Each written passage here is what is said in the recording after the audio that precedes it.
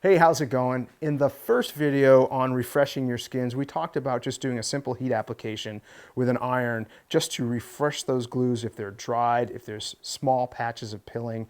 In this video, what we want to talk about is if your glues are in need of replacement, when they start to deteriorate to the point where they're ineffective, if the glue is actually sticking to the skin more than it's actually sticking to itself, or sticking to itself and pulling apart and doing a lot of pilling up and down the skin. You can see in this particular skin, this glue is really deteriorated to the point where it's just a mess. It's pilled up, it's still got plenty of tack, it's not doing its job properly. So we're gonna have to totally remove this glue down to the base and do a fresh application. For that, what you're going to need is some sort of heat source. Just a simple heat gun. You can pick these up at the hardware store. It has a low setting. You don't want it super hot because you don't want to melt your skin. Especially like these. This is a black diamond. This is a mohair and nylon mix. I think it's a 70-30. These are fairly old. These are probably like 16, maybe 17-year-old skins. So they've been around, but its mates over there, you can kind of see it's still got a fair amount of life. It's smooth and fuzzy like your kitty cat. Other tools you're going to need, some sort of scraper. I like a 5-in-1 because it's fairly stiff and it's not super wide, and some cardboard just to be able to scoop and goop the glue on once you kind of scrape it off your skin. I'm going to start from the center just because that's where the camera is, but generally you'd work from tip to tail. What you're going to do is just a little bit of heat on the glue, and we can actually start rolling this right down the skin. You can see that kind of scraping right off. I don't want to get underneath my center strip. Looks like we're getting a little bit of smoke on there. I prefer not to get underneath that center strip because I don't want to take that off and have to re-glue underneath that. The glue under there is probably okay. I like the center strip on these fatter skins because I'm old and weak, and after a day of touring, it's a struggle to get them apart. So what we're gonna do is just keep on applying the heat to this base, and you can see you're getting down to that nylon weave. Some bases might have like a vulcanized, and like Pomoka will have sort of a rubber texture to it. You're just gonna remove that glue. This is not just for black diamond skins, this is for whatever skin you're using. You can see that's kind of doing the thing. We're gonna go back this way. I do have a scraper for this heat gun, and like with any tool that you use very seldomly, you can never find it when you need it. So I couldn't find the scraper, but it doesn't really matter. I think you'd probably torch the cardboard trying to put the glue onto the cardboard. You can see where that glue is just getting a little cleaner because you're getting out of all the dirt and other stuff that you've kind of collected over the decades of skinning. Talk about work surfaces here. So what I'm doing is just using my ski clamps on top of an old ski. If you get glue on the ski, it's not a big deal. That'll clean up with some base cleaner, or you could even use a rag and gasoline and just kind of, not the greatest for your bases, but clean up the excess glue that you got onto your ski. Back on the work surfaces, all I did was just reverse the skin onto my ski. I'm using two clamps just to kind of make sure it stays down, but kind of like with these black diamond clamps, I just reversed the clip, and it just will stay right on the ski. It's actually pretty secure, so that'll work too. I just put the clamps on there for a little added extra security. All right, things are looking pretty good here. I'm just gonna finish up on this skin, switch over and get the mate cleaned up as well, and then we can get to showing you how to do the application of the glue. Okay, I've cleaned off both of the skins to a satisfactory point, and I'm ready to apply the new glue.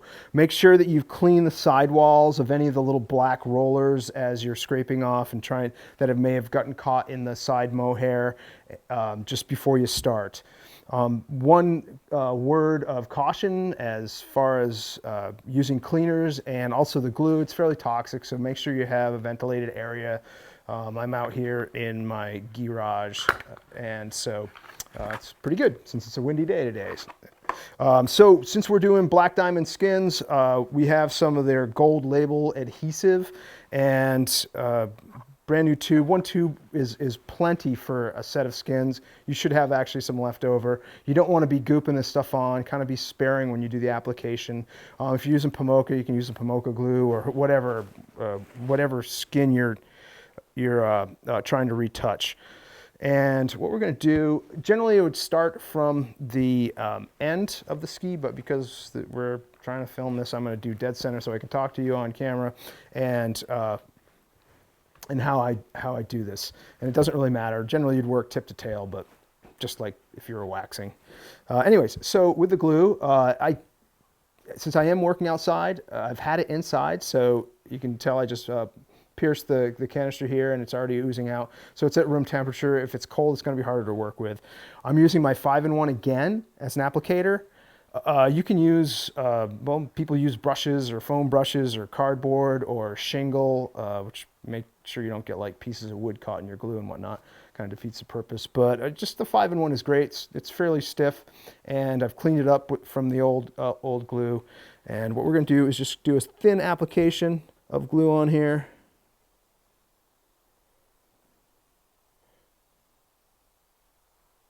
And like I said, you'd be starting from the tip to the tail.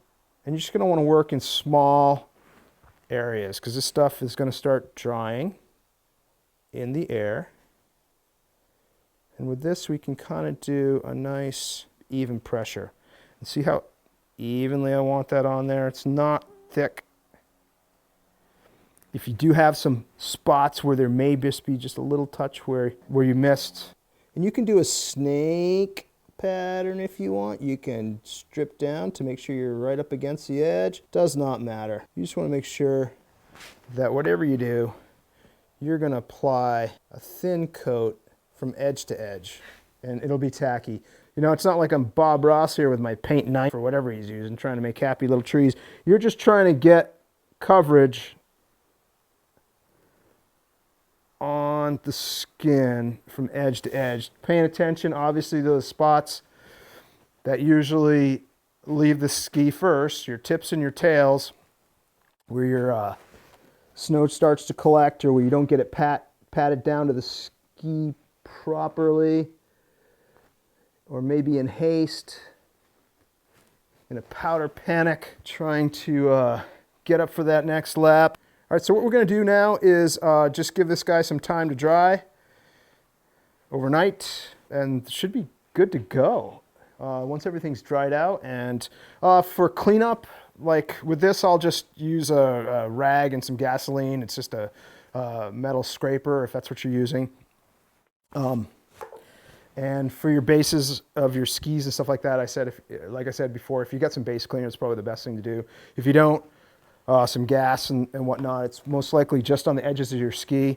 And then if you just did it on your tabletop, just throw the paper or whatever you had underneath your skin just to kind of keep things clean. But anyways, this should be good to go. Looks like we'll get some tack back into these skins and get them back out into the field. Thanks for watching.